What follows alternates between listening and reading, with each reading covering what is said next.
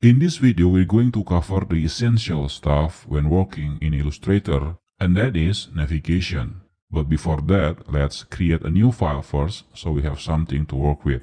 Creating a new file is very straightforward, and if you use other software before, this will be an easy task. To create a new file, we can click on the Files menu and then choose New.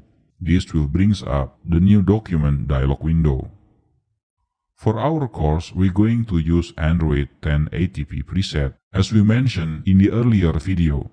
To select this preset quickly, you can go to Mobile, View All Presets, and then choose Android 1080p. Change the orientation to Landscape.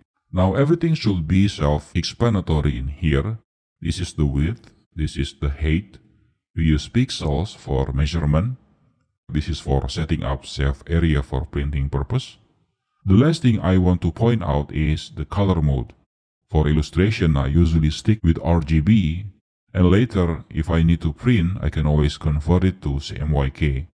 Okay, click Create, and we now have a new blank document to work with.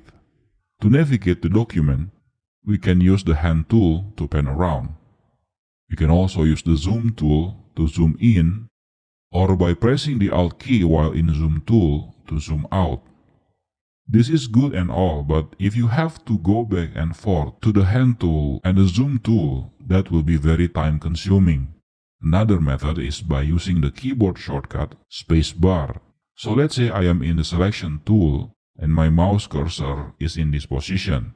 To pan the canvas around, simply click and hold the spacebar button and then click and drag around.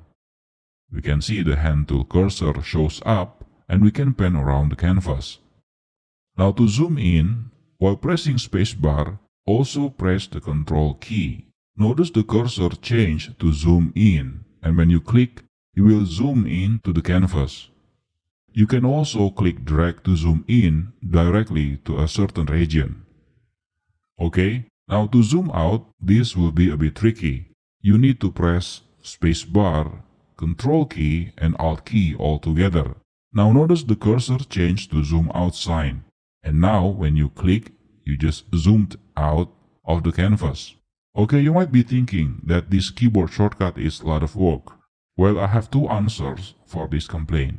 The first answer, yes, it is difficult at first, but once you get the hang of it, it will improve your workflow significantly. The second answer, this method of navigation not only applicable to Illustrator, but also Photoshop and Animate, also known as Flash before.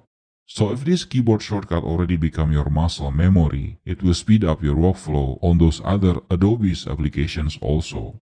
Another way of navigating in Illustrator is by using your mouse scroll wheel. Although I don't use this method in my workflow, but it is something that you may like it and prefer using it.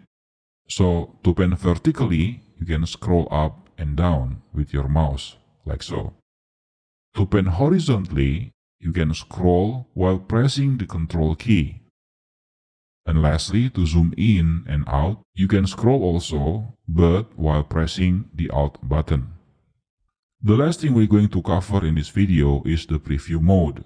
By default, the preview mode of our document is set either on CPU or GPU preview, depending on your system capabilities. CPU or GPU preview is just the underlying techniques to display high-fidelity preview in Adobe Illustrator, whether it uses our CPU, which is our main processor, or is it using our GPU, which is the graphic card. Both at the user level looks exactly the same. Now I have mine set to CPU because when I record this video, the screen recording software running in the background. Somehow it is faster to use the preview on CPU in my system when doing screen recording. If you have fast graphic card supported by Adobe Illustrator, you might want to use GPU preview instead. Okay, we're not here to discuss CPU versus GPU actually, as they look the same at the end. What I really want to discuss now is the outline mode. To access it, we can go to View and choose this outline, or by pressing Ctrl Y as a keyboard shortcut. Notice by doing this, all of the shapes that we have in our document will look like thin black lines. You might be asking why in the world we want to view our document like this. Well, this view sometime, or should I say a lot of times, very helpful to select invisible shapes or shapes which are located way back behind other objects. We will use this mode later in future videos when we need to handle invisible shapes like clipping shapes or shapes that has no color values both in fill and stroke. It may not make sense now, but it will in time, inshallah. To get back to ordinary CPU or GPU preview mode, you can always go back to View and click Preview on CPU or GPU depending on your system. Or use the shortcut Ctrl Y again. This is to toggle back and forth between the two preview modes.